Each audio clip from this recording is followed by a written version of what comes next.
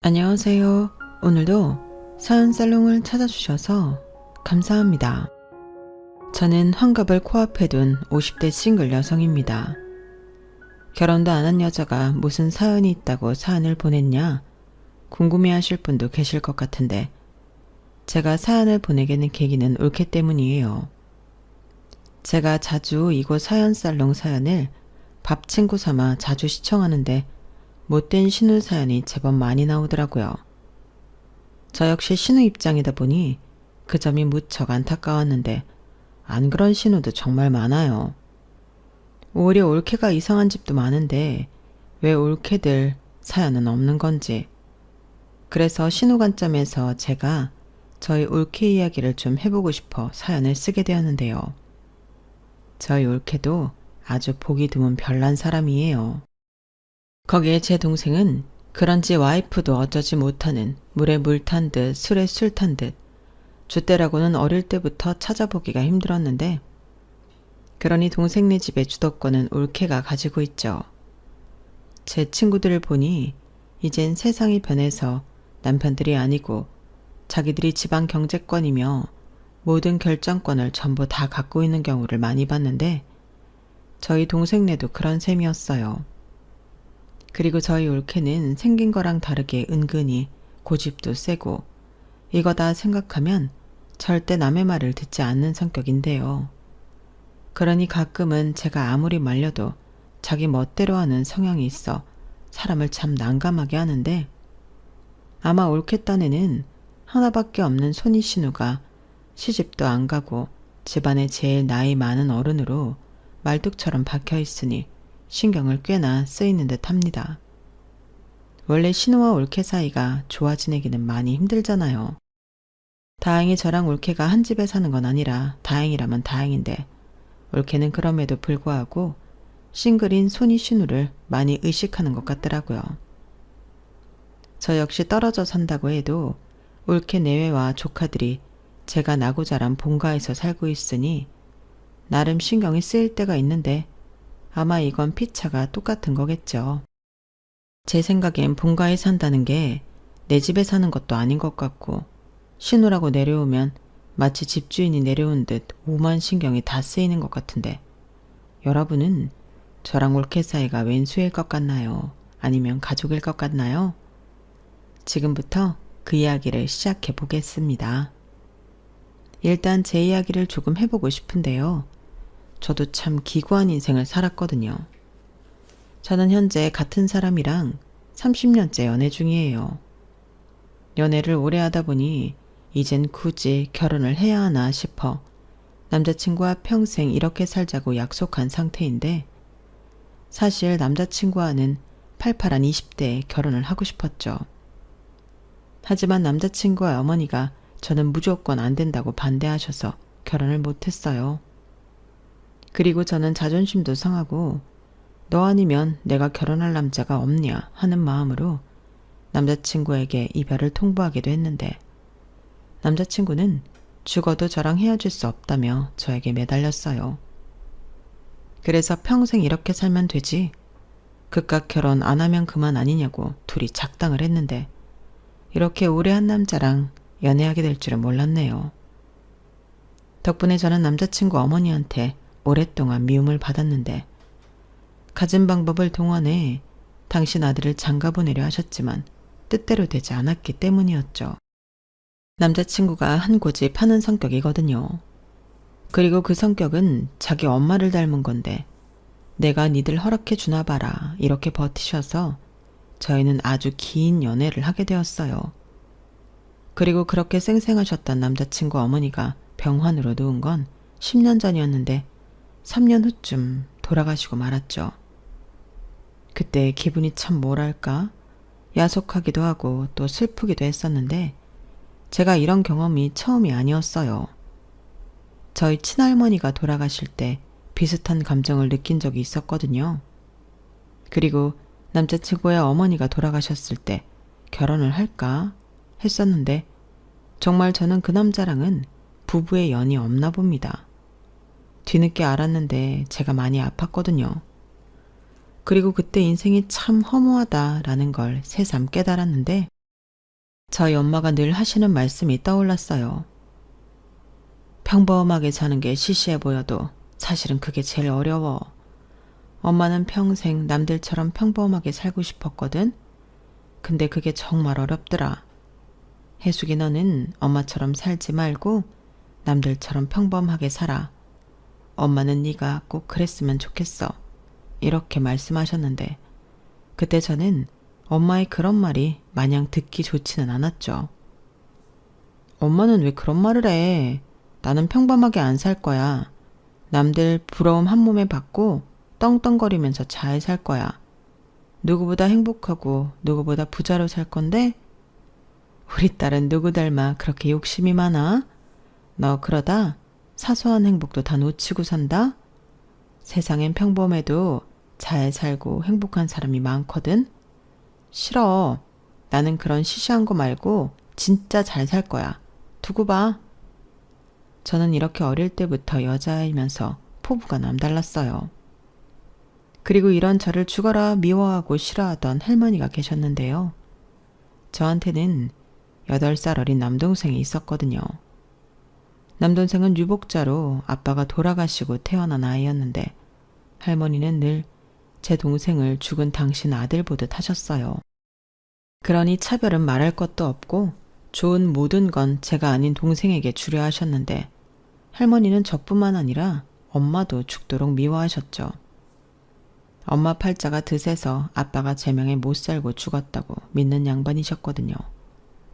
그리고 동네에서도 저희 할머니를 두고 독한 노인네라고 그 이름을 떨쳤는데 오죽하면 동네 사람들이 전부 엄마를 측은해야 할 정도였어요. 하지만 정작 저희 엄마는 단 한 번도 할머니에 대한 나쁜 말을 한 적이 없었어요. 어릴 때부터 저는 그런 엄마를 이해할 수가 없었는데 어릴 때부터 쭉 봐온 할머니는 매사 엄마만 부려먹고 또는 당신이 갈취하며 늘 엄마에겐 싫은 소리만 퍼붓는 악독한 사람이었거든요. 그런데 저희 엄마는 할머니가 아무리 모진 말을 해도 그저 묵묵히 시키는 일만 했고 얼마나 일을 많이 했으면 밤에 잘 때 당신도 모르게 끙끙 앓는 정도였는데요. 할머니는 그런 것도 다 알면서 엄마를 내버려 두지 않으셨어요. 오히려 오직 제 동생만 귀하다 하며 끼고 도셨는데 제 동생은 그래도 착한 아이라 늘 엄마와 저에게 미안해 했었죠. 한 번은 자기만 맛있는 거 먹는 게 미안해서 그걸 몰래 감췄다가 저에게 주곤 했는데 저는 그런 성정이 못 돼서 그런 동생을 미워한 적도 많았어요. 제가 할머니를 닮았거든요. 동생은 유한 아빠를 닮았다고 동네 어른들이 그러셨는데 저는 딱 성격이 할머니라고 했어요. 저는 크면서 그 소리가 제일 듣기 싫었는데요. 엄마는 그 소리가 나쁜 소리가 아니라고 너무 그렇게 열 올릴 필요가 없다고 하셨어요. 할머니 진짜 대단하신 양반이야. 할아버지 일찍 돌아가시고 혼자 6남매를 키웠잖아. 아빠가 막내라 유독 예뻐하셔서 아빠 잃고 상심이 커서 그렇지 원래는 안 그래. 속이 얼마나 깊으신데. 그런 할머니를 닮았다고 하면 오히려 좋지 않니? 이렇게 말했는데 저는 그런 엄마에게 질색하며 말했어요. 말도 안 돼. 할머니가 속이 깊다고? 무슨 그런 이상한 말이 다 있어. 사람들이 나 할머니 닮았다고 하는 거 욕심 많아서 그러는 거잖아. 누굴 바보로 알고? 욕심 많지. 너도 네 할머니도. 그래서 우리가 이만큼 사는 거잖아. 아니지. 우리가 이만큼 사는 건 엄마가 죽어라 이래서 그런 거지. 엄마는 왜 자꾸 바보처럼 참기만 해? 일은 엄마가 다 하고 돈은 할머니만 챙기잖아. 할머니 돈이 우리 돈이지. 그리고 엄마는 혜숙이 너처럼 똑똑하지가 못해서 돈 관리도 잘 못해. 그런 건 할머니가 잘하지. 아, 이래서 문제야. 이러니까 엄마가 맨날 할머니한테 당하고 사는 거라고. 나는 절대 엄마처럼 안 살아. 그래, 너는 똑똑하니까 엄마처럼 살지 마. 너 하고 싶은 거 다 하고 멋지게 살아. 엄마도 그랬으면 좋겠다. 대리만족하게. 엄마도 참 그런 소리가 어딨어. 왜 대리만족을 해? 엄마도 엄마 행복을 찾아. 저는 어릴 때 엄마가 너무 물러터져서 바보라고 생각했어요. 막말로 아빠도 없는데 그 모진 시집살이를 견딜 이유가 뭐가 있냔 말이죠. 하지만 엄마는 친정이 없었고 가족이라고는 할머니밖에 없다며 할머니 곁을 떠나지 않으셨는데, 그런 할머니가 제가 고등학교에 다닐 때 위암으로 투병을 하게 되셨어요. 그리고 그 수발을 전부 저희 엄마가 하셨는데, 할머니는 싫지만 엄마만 고생하는 게 싫어서 제가 많이 도왔어요. 동생도 데려다가 같이 하자 시켰죠. 그럼 할머니는 질색팔색을 하며 동생은 안 해도 된다고 돌려보내려 하셨는데, 저는 그때도 할머니 몰래 동생을 많이 부려먹었어요. 동생은 워낙에 할머니 애정을 많이 받고 살았으니까 그 정도는 괴롭혀도 된다고 생각했거든요. 동생은 착하고 바보 같아서 누나가 시키면 불평도 하지 않고 다 하는 아이였는데, 나중에 알았어요. 동생이 바보라서 그런 게 아니라 마음이 넓어서 저를 이해해주고 참았다는 것을요.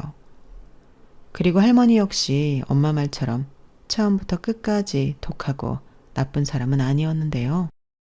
제가 한 번은 너무 열받아서 병상에 누워있는 할머니한테 한 소리 한 적이 있었어요. 저는 미운 털이 단단히 박힌 손녀라 그런 말을 해도 할머니한테 마음의 생채기 하나 낼 수 없을 거라고 생각했는데 그게 아니더군요. 그때 할머니가 저한테 하신 말씀이 정말 충격이었어요. 너는 나 죽거든 네 엄마 곁에 꼭 붙어 있어라. 바보 같은 게 그렇게 내가 지 살 길 찾으라고 부려먹고 괴롭혔는데도 꼼짝을 하질 않았어. 그리고 너는 알지? 네 엄마, 네 아빠 죽고 큰일 날 뻔도 여러 번 했잖아. 마음이 여려서 그래. 그런 게 나 가고 나면 또 얼마나 아파할까? 그러니까 너는 네 엄마 꼭 붙들고 있어. 딴 생각 못하게. 내가 그렇게 정 붙이지 못하게 모질게 굴었는데 기어이 정을 붙이고 살았네. 내가 그 정 떼려고 얼마나 노력했는 줄 아냐? 나는 네 엄마를 보고 있으면 가슴이 미어진다. 팔자도 사납지. 부모 복 없으면 서방복이라도 있어야 하거늘. 네 아빠도 못된 놈이야. 그렇게 짧게 살다가 갈 거면 뭐하러 장가를 갔어? 혹시 알아? 네 엄마도 네 아빠 아니었으면 다른 놈 만나 더 잘 살았을지. 에휴, 그러니 너는 네 엄마 많이 위해줘라. 적어도 자식 복은 있어야지. 그래야 공평하지. 할머니, 왜 갑자기 그런 말을 해요? 다른 사람 같아요. 언제부터 엄마를 그렇게 걱정했다고. 할미가 죽을 날이 다가와서 그런가 보다. 너한테만 얘기하는 거야. 널 보고 있으면 꼭 나 같아서. 그런 말 하지 마세요. 저는 그 소리 듣기 싫단 말이에요. 제가 어딜 봐서 할머니를 닮았어요? 그래, 나 안 닮았다 치자. 어쩜 말하는 꼬라지도 그 모양인지. 그래도 너 확빈해준 사람은 이 할미야. 치, 그게 왜 할머니 돈이에요? 우리 엄마 돈이지. 그리고 할머니는 저 고등학교 보내지 말라고 하셨잖아요. 내가 모를 줄 알아요? 눈치도 빠른 년. 그래, 맞다. 그러니 너도 평생 나 미워하고 살아.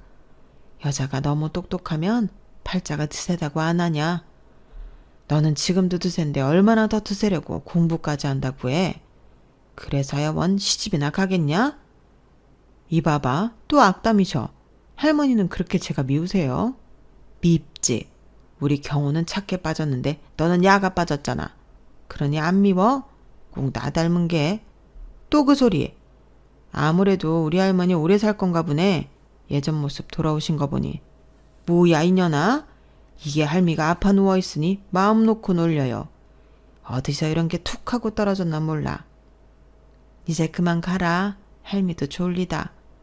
안 그래도 지금 가려고 했어요. 엄마도 오실 시간 됐고. 그래, 조심히 가. 그리고 할미가 너한테 많이 미안했다. 가라. 저는 할머니의 그 마지막 말을 한참 동안 잊지 못했어요. 그 말이 제가 할머니한테 들은 마지막 말이었거든요. 그리고 졸리다 하신 할머니는 영영 깊은 잠에 드셨는데, 엄마가 병원에 도착했을 때는 이미 숨이 멎은 후였다고 하더라고요. 참 아이러니하게도 할머니의 마지막 요언을 들은 사람은 할머니를 제일 미워하던 저였는데 생각해보니 태어나 그날이 가장 오래 할머니랑 이야기를 나눈 날이었죠. 그리고 할머니 장례를 치르는 내내 눈물이 마를 날이 없던 엄마 곁에서 저도 많이 울었는데요. 왜 그렇게 눈물이 나든지 그때는 알지 못했어요. 그저 할미가 미안했다. 그 소리가 내내 가슴에 꼭 하고 박혀 저를 울리기만 했는데 할머니는 끝까지 나한테 왜 이럴까 그런 생각만 했더랬어요. 그 후 엄마는 오랫동안 힘들어하셨어요. 저는 할머니가 돌아가시면 엄마의 짐이 조금은 덜 할 거라고 생각했는데 마치 엄마는 친어머니가 돌아가신 것처럼 오랫동안 많이 슬퍼하셨죠. 그리고 그런 엄마를 보고 있으면 어린 마음에 이해를 전혀 하지 못하던 저였는데요. 오랫동안 풀리지 않는 수수께끼를 끌어안고 있는 기분이었어요. 그리고 그 답을 엄마가 직접 해주셨는데 저는 그제야 아주 오랫동안 품고 살았던 미움과 원망을 내려놓게 되었답니다. 엄마에게 할머니는 시어머니 이상의 존재였더라고요. 엄마는 할머니를 시어머니가 아닌 친정엄마라고 생각하고 살았다 하셨는데 그래서 그런 모진 말도 참을 수 있었다고 했죠. 말도 안 돼. 어딜 봐서 할머니가 엄마한테 그런 존재야? 친엄마는 안 그러지. 그런가? 근데 엄마는 아닌 것 같았어. 엄마가 부모님을 아주 일찍 여의고 고아처럼 살았잖아? 그때 남들 다 있는 가족이 얼마나 갖고 싶었는지 아니? 엄마는 부모 있는 사람이 제일 부러웠어. 그래서 네 아빠가 결혼하자고 했을 때 너무 좋았지. 그리고 네 아빠가 그렇게 일찍 죽고 엄마에게 남은 가족은 할머니뿐이었잖아. 그때 나는 그래도 혼자는 아니구나. 얼마나 고맙고 감사했는지 몰라. 사실 엄마 그때 진짜 무서웠거든. 너는 아직 어리지. 뱃속에는 애가 있지. 남편은 없지. 근데 할머니가 있더라. 세상 풍파 다 이겨낸 그 양반이 엄마 옆에 떡 하고 있는데 얼마나 의지가 됐는지 몰라. 저는 엄마의 그 말을 듣고 할머니가 했던 말이 떠올랐어요. 살 길 찾으라고 그렇게 등 떠밀었다고 했는데 엄마는 그런 시어머니를 의지하며 오랜 시간 버텼던 거죠. 그리고 할머니 역시 착하고 여린 며느리에게 사실상 많이 의지하고 사셨던 것 같은데 서로 표현을 할 줄 몰라 남들 보기엔 이상해 보였던 것 같아요. 그리고 자기 둘만 아는 그런 형태로 서로를 위하고 있었던 것 같은데 처음으로 저에게 당신의 진심을 보였던 할머니가 아주 오랫동안 기억에 남았죠.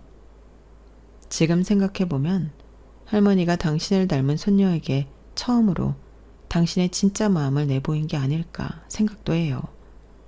일종의 애정 표현일 수도 있었을 것 같은데 그럴 거면 진작에 예뻐나 해주시지. 그 속을 지금도 알 길이 없죠. 저는 그렇게 할머니 유언처럼 엄마 곁을 내내 지키다 20살이 되었어요. 저는 여상고를 나왔는데 무조건 서울로 가서 취직하고 싶었죠. 저희 집은 집보다 논밭이 더 많은 시골 마을이었는데 저는 그곳이 너무 싫었거든요. TV에 보면 서울은 번쩍번쩍하고 높고 멋진 건물이 잔뜩 있었는데 저는 도시에서 화려하게 살고 싶었어요. 그래서 서울로 돈 벌러 가겠다고 했는데 엄마는 그러라고 하셨어요. 동생도 그러라고, 누나는 그게 더 잘 어울린다고 그랬는데 착한 동생은 자기가 엄마 곁을 지키며 농사일을 돕겠다 했어요. 그래서 대학도 농대를 갔는데 동생에게 미안하고 고마웠죠. 그래서 서울로 올라가 취직했을 때 월급의 3분의 2는 전부 집으로 보냈는데요. 일종의 사과의 뜻이었어요. 그러니 돈이 모아질 리가 없었고 저는 늘 쪼들리는 생활을 이어갔는데 그러다 대학에 가고 싶은 꿈이 생겼어요. 저는 애당초 상고가 아닌 인문계에 가고 싶었거든요. 그리고 멋진 대학생이 되고 싶기도 했는데 시간이 지나도 그 꿈이 포기가 되지 않았어요. 그래서 혼자 틈틈이 대학 공부를 했고 저는 3년 만에 합격의 기쁨을 누릴 수 있었는데 등록금은 엄마가 해주셨어요. 명문대까지는 아니었지만 엄마는 그저 저에게 기특하고 장하다며 앞으로는 일하지 말고 공부만 하라고 하셨는데 그럴 수는 없었죠. 그래서 대학도 참 힘들게 다녔어요. 일도 하고 공부도 하고 하루를 어떻게 그렇게 쪼개서 살 수 있나 싶을 정도로 열심히 살았는데요. 지금도 그 생활을 다시 하라고 하면 절대 못할 정도라니까요. 그리고 동생은 군대를 다녀온 뒤 생각보다 빨리 결혼을 했어요.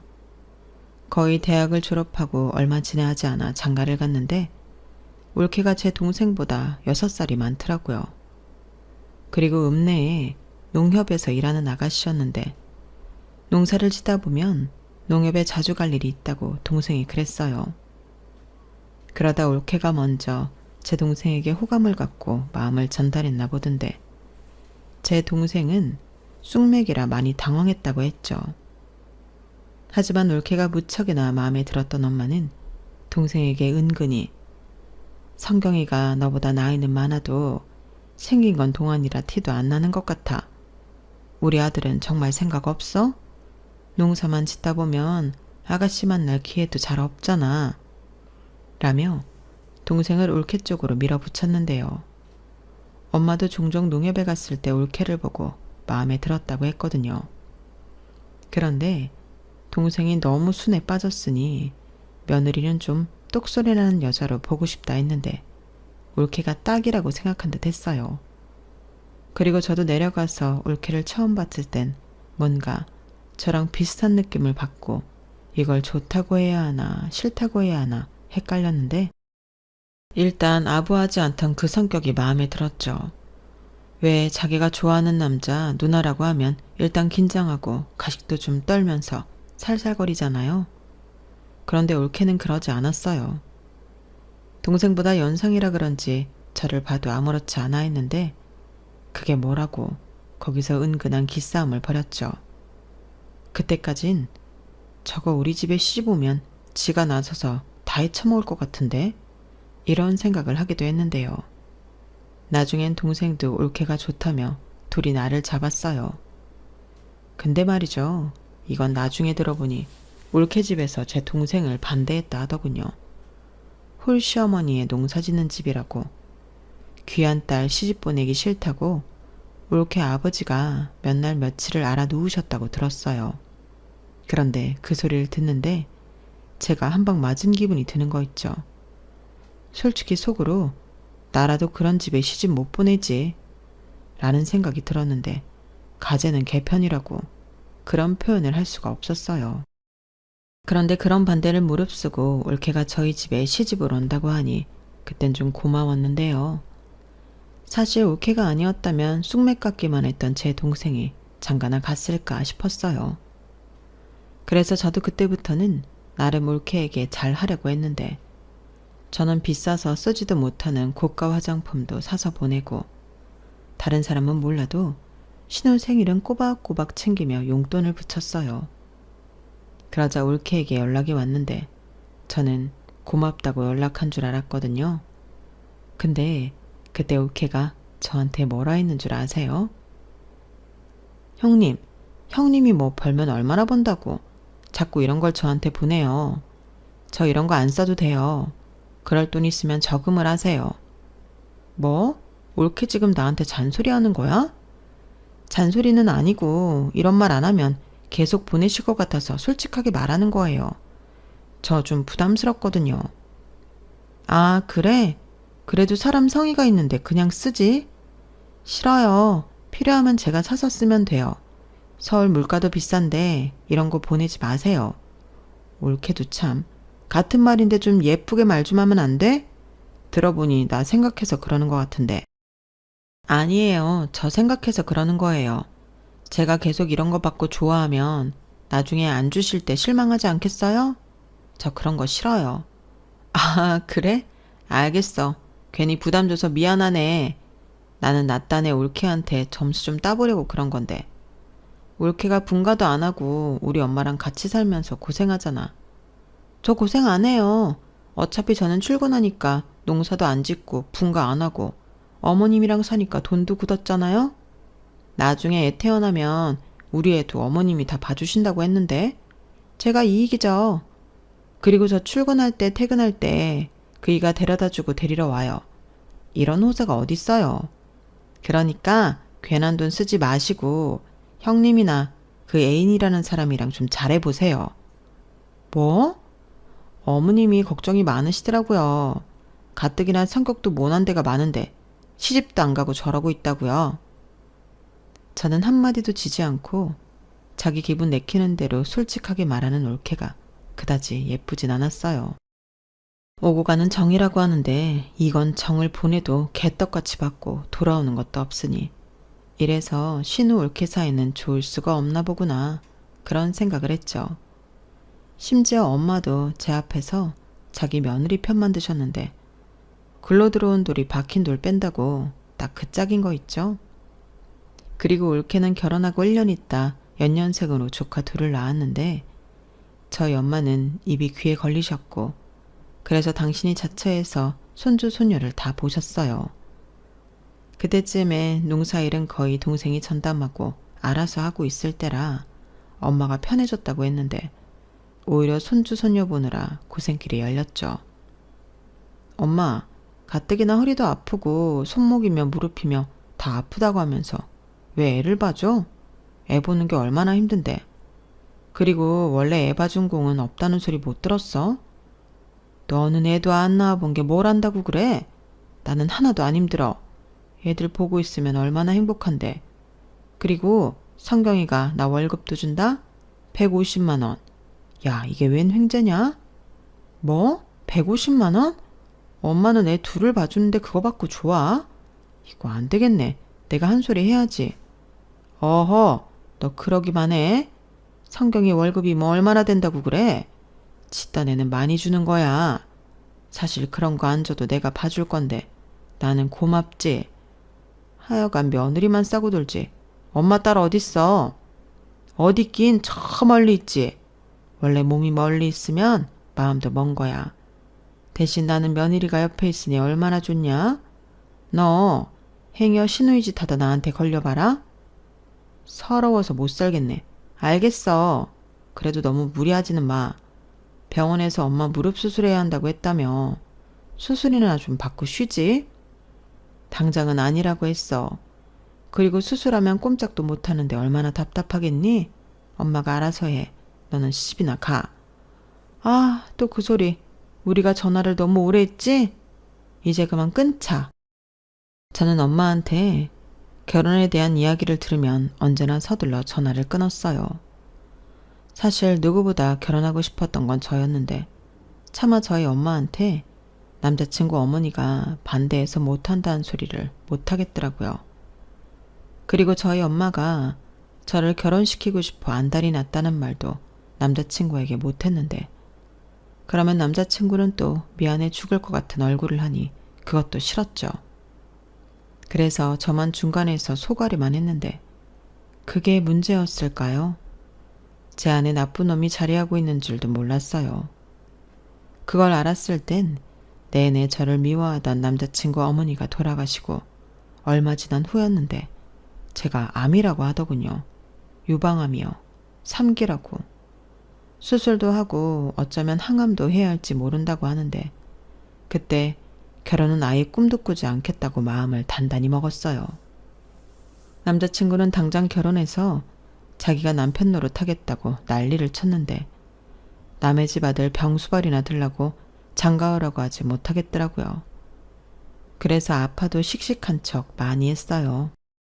끙끙 앓고 우는 건 혼자 하고 싶었는데 그때 엄마가 다 제쳐두고 올라와서 제 간병을 도맡아 해주었죠. 솔직히 그때는 젊은 딸이 나이 많은 엄마의 수발을 받는 게 영 불편했는데 엄마는 그런 게 어딨냐고 하셨어요. 그러면서 제가 잘못될까 매일 저녁 혼자 훌쩍거렸는데 제 몸 아픈 것보다 저는 그게 더 싫더군요. 그래서 동생한테 전화를 걸었어요. 누난데 엄마 좀 데리고 가. 뭐? 왜? 가뜩이나 수술 앞에 두고 검사 받을 것도 많고 사람 힘든데 엄마가 옆에서 오만 걱정하고 울고 있으니 더 심란해서 그래.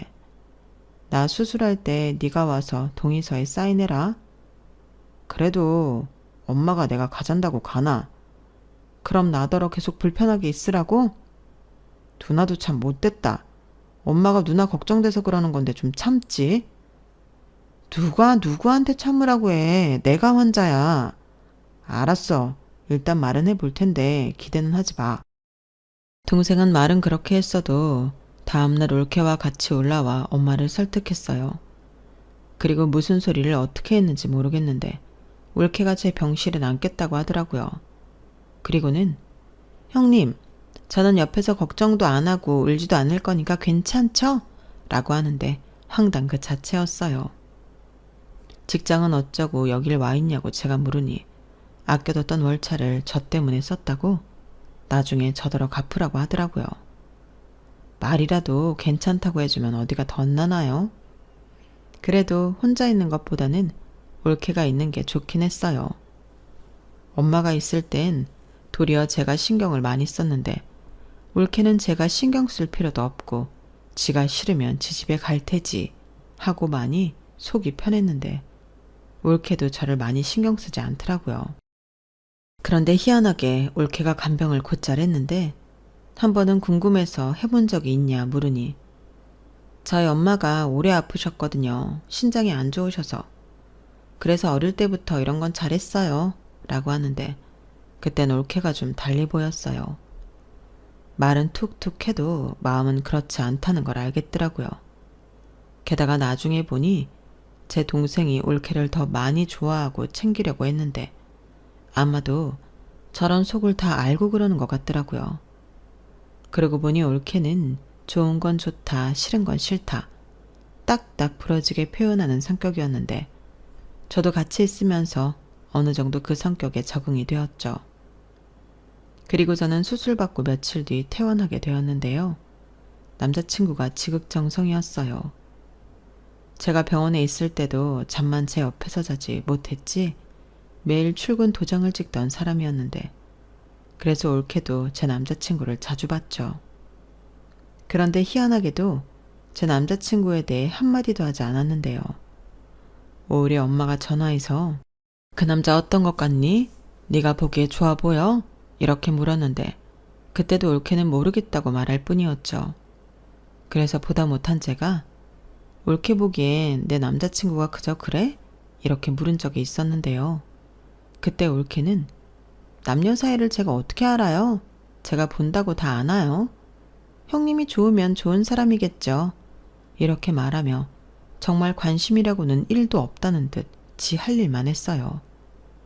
그리고는 제가 태어나던 날 동생이 지 마누라 데리러 왔는데 제가 고맙다고 돈 봉투를 내미니 그건 자기가 받을 만한 것 같다며 쏙 가져가는 거 있죠. 그때 제 남자친구도 뭐가 그리 웃긴지 계속 웃었는데 이건 뭐 고마워도 찝찝하고 그러더군요. 그런데 몇 년 뒤 제가 정말 올케한테 고마워해야 할 일이 생겼어요. 사람 일은 아무도 모른다고 저희 엄마 허리나 손목 그리고 무릎 같은 곳만 걱정했지 엄마에게 치매가 올 거라고는 상상도 하지 못했는데요. 동생 말로는 꽤 오래전부터 징조가 있었다고 하더군요. 엄마가 원래 깜빡깜빡 하는 사람이 아니잖아. 근데 나는 그게 단순한 노안으로 알았지. 그게 치매일 줄은. 라고 하는데 저는 엄만 동생에게 화를 냈어요. 너는 그럼 당장에 엄마를 병원에 데려가 검사부터 받게 했어야지. 왜 이 지경까지 오게 만들어? 그때 조기 발견했으면 약이라도 먹고 진행이라도 멈추게 했을 거 아니야. 미안해. 나는 진짜 몰랐지. 너 이제 어떡할 거야? 우리 엄마 어떡할 거냐고. 동생은 계속 저에게 미안하다고 했어요. 사실 동생 잘못이 아닌데 저는 그렇게라도 남 탓을 하고 싶었죠. 그때 당시 저는 완치 판정 전이라 병원에 계속 꾸준히 다니고 있을 때였는데 일도 하고 있었고 쉽게 엄마 곁을 지킬 수 있는 실정이 아니었어요. 그래도 내가 딸인데 엄마를 모시고 오든 내가 내려가든 해야 할 것 같아 머리를 굴리고 있으니 옆에서 남자친구가 무리하면 안 된다고 저를 말렸고 그때 올케한테 연락이 왔죠. 자기가 한다고. 저더러 걱정하지 말라고 했어요.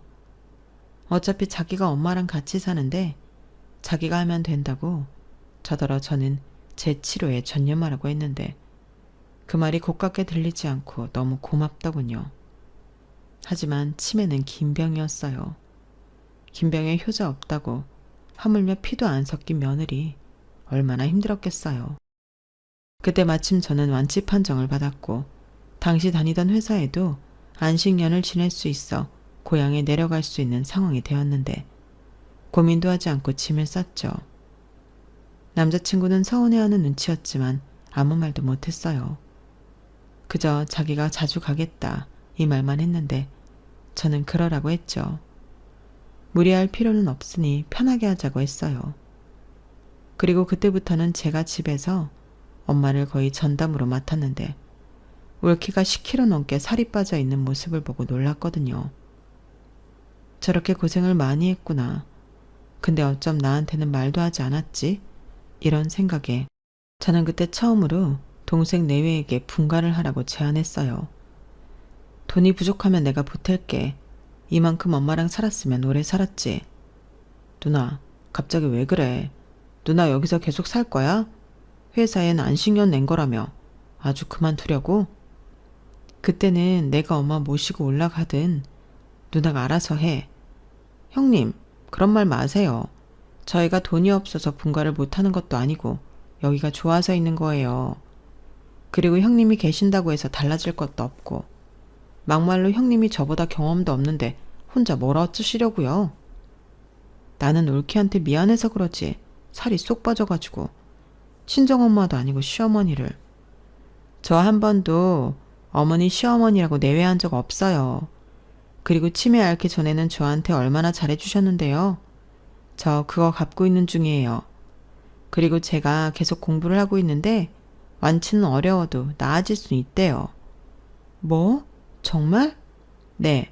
그리고 저 다음 달까지만 회사 가고 퇴직하기로 했어요. 이랑 얘기 다 했고 제가 더 어머니 곁에서 모실 거예요. 올케, 그러다 병나. 형님도 있고 이희도 있는데 제가 왜 병이 나요? 저 괜찮아요. 요즘 살 빠져서 예뻐졌다는 말도 자주 들어요. 처녀 때 입었던 옷도 잘 맞고 요즘 얼마나 신나는데요? 저는 그때 올케의 진짜 모습을 봤어요.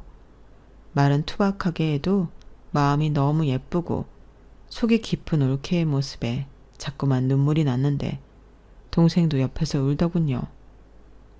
그리고 치매에 걸린 엄마는 정말 머릿속이 이상해졌는지 저를 돌아가신 할머니로 알고 올케를 저라고 생각하셨는데 아주 미치고 팔짝 뛰었어요. 할머니 계실 때는 내내 참고 있던 그 울분이 그제야 쏟아지더라고요. 어머니 진짜 왜 그러세요? 왜 나한테만 그러세요? 내가 뭘 잘못했다고. 저도 어머니 싫어요. 이렇게 저를 향해 울분을 쏟아내는데 아무 말도 못했어요. 그리고는 올케에게 혜수가, 우리 혜숙이 어디 갔었어? 엄마가 얼마나 찾았는데 밥 못 먹었고? 아휴, 얼굴에 살이 쏙 들어갔네. 밥 먹자. 엄마가 맛있는 거 해줄게. 라고 하는데 그 소리를 들은 올케는 네 엄마, 그럼 엄마는 여기에 계세요. 제가 얼른 장 봐올게요. 제가 먹고 싶은 걸로 다 사올게요. 라며 아무렇지 않게 제 행색을 부리는데 저만 나쁜 역할이었어요.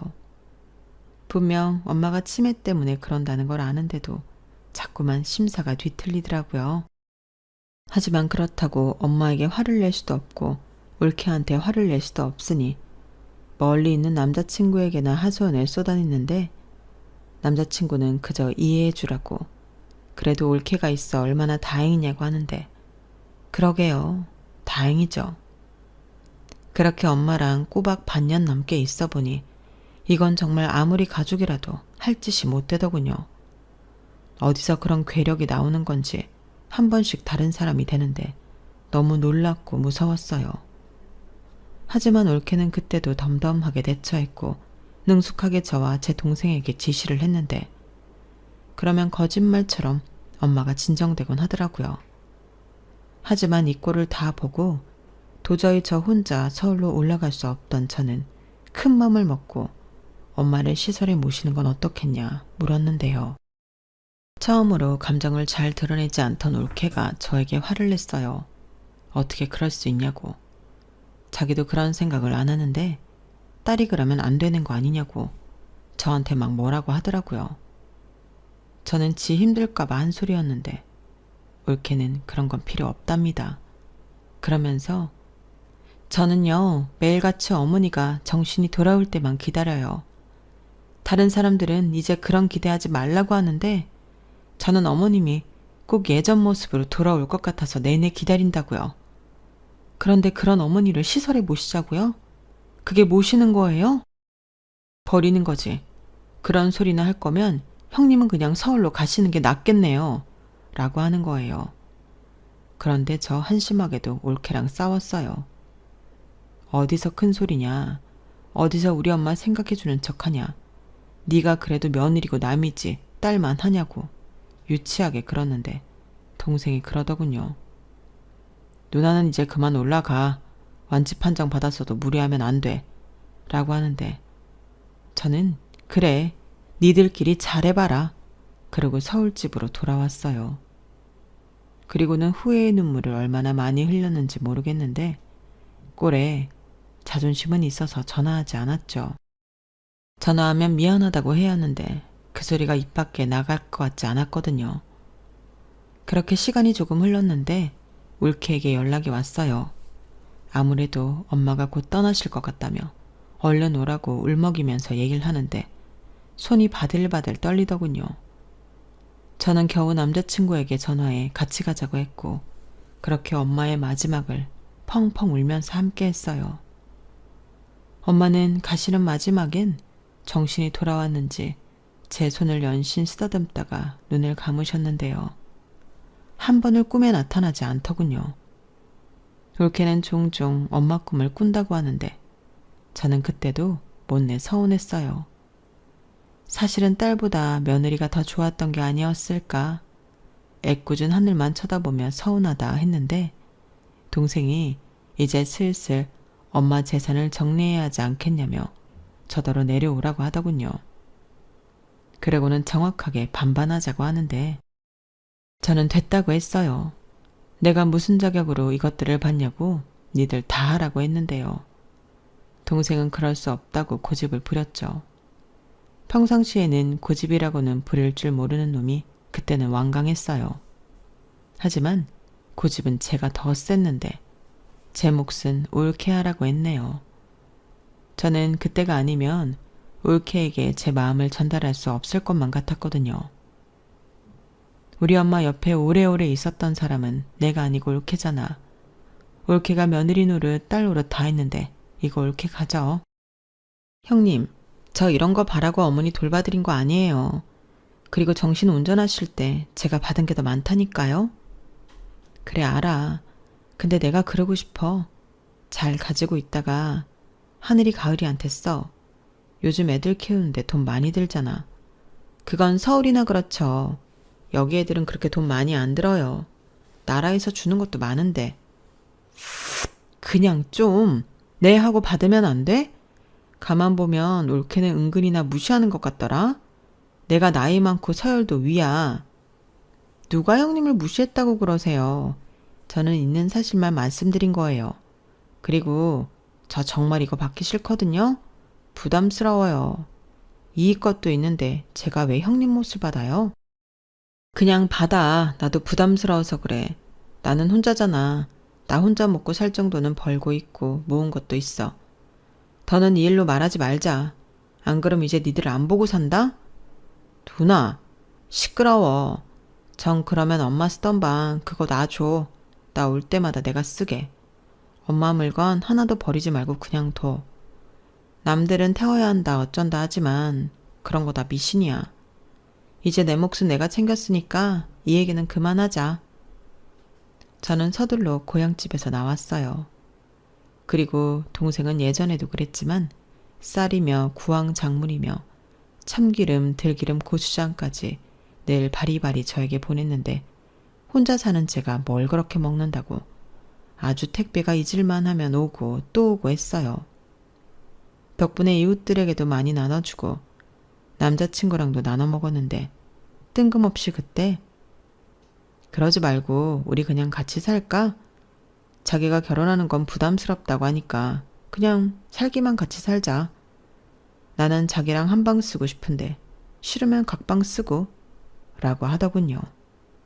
저는 생각해 본다고 했어요. 전에는 그렇게 결혼이 하고 싶더니 여러 일을 겪으며 이렇게 지내는 것도 나쁘지 않은 것 같더라고요. 무엇보다 보여주기 싫은 모습은 안 보일 수 있으니 그게 마음이 편했어요. 글쎄요, 한 집에 산다는 건 좀 고민을 더 해봐야 할 것 같았어요. 그리고 어느 날 처음으로 엄마가 꿈에 나타나셨는데 제가 어릴 적 봤던 젊고 고운 모습으로 엄마가 저를 찾아오셨어요. 그리고는 활짝 웃으며 우리 딸 잘했다. 엄마가 많이 고마워. 라고 짧게 말했어요. 꿈에서 깨고 싶진 않았지만 저절로 눈이 떠졌어요. 아무리 다시 꾸고 싶어도 엄마는 꿈에 다시 나타나지 않더라고요. 그렇게 일주일 정도 지났을까? 올케에게 연락이 왔는데 난데없이 무슨 동네에 큰 골프장이 생긴다며 보상을 받게 되었다고 했어요. 무려 100억 가까이 된다며 어안이 벙벙한 소리를 했는데요.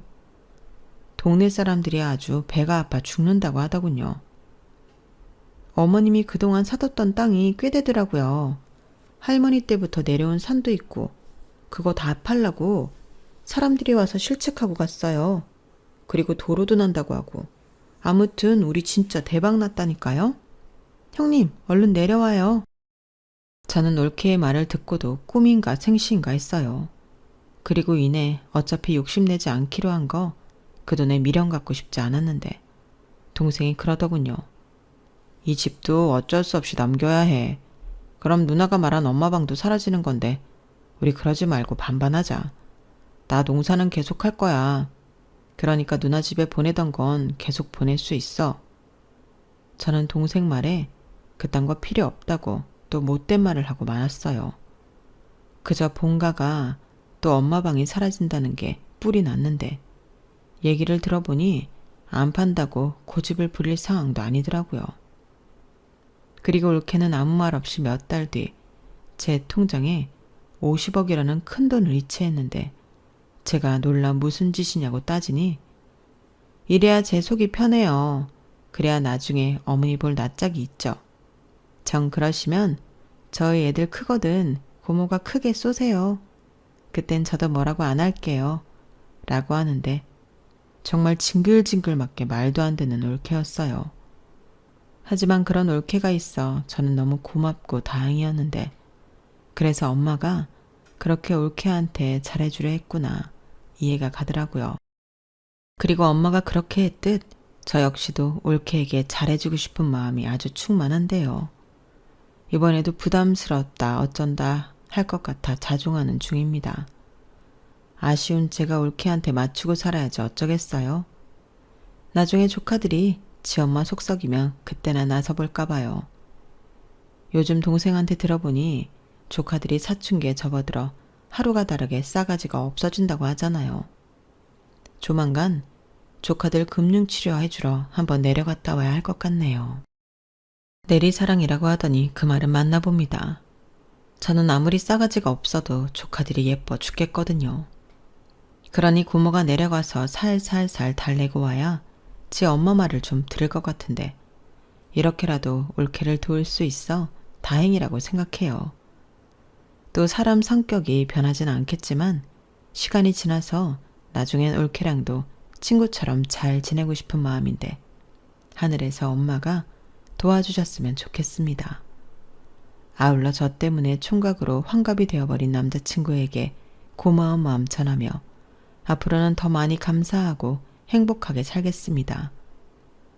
죽을 고비까진 아니었지만 사람이 한번 아프고 나니 하루하루 얼마나 소중한지 잘 알게 되었어요. 그리고 이젠 엄마가 말하던 평범한 그런 행복을 매일매일 발견하며 살고 있는데요. 행복이라는 것도 쌓이면 큰 행복이 되더라고요. 제 사연 들어주신 모든 분들도 그렇게 매일매일 행복을 찾으며 큰 행복을 만들어 가시길 진심으로 바라며 이만 제 사연을 줄이도록 하겠습니다. 올케어 저는 왼수일까요? 가족일까요? 하고 물었는데 너무 시시하게 끝이 났죠. 그래도 저는 올케와 가족으로 살고 있는 지금이 너무 만족스럽고 감사합니다. 투박한 천사이지만 그래서 더 좋은 올케가 있어 너무 다행인 오늘이네요. 그럼 지금까지 사연 들어주셔서 감사드리고요. 여러분들은 아프지 말고 사랑하는 이들과 오래오래 행복하셨으면 좋겠습니다. 안녕히 계세요. 여러분, 사연 댓글에 현명한 조언 부탁드려요. 좋아요와 구독은 저에게 큰 힘이 됩니다. 오늘도 좋은 일 가득하세요.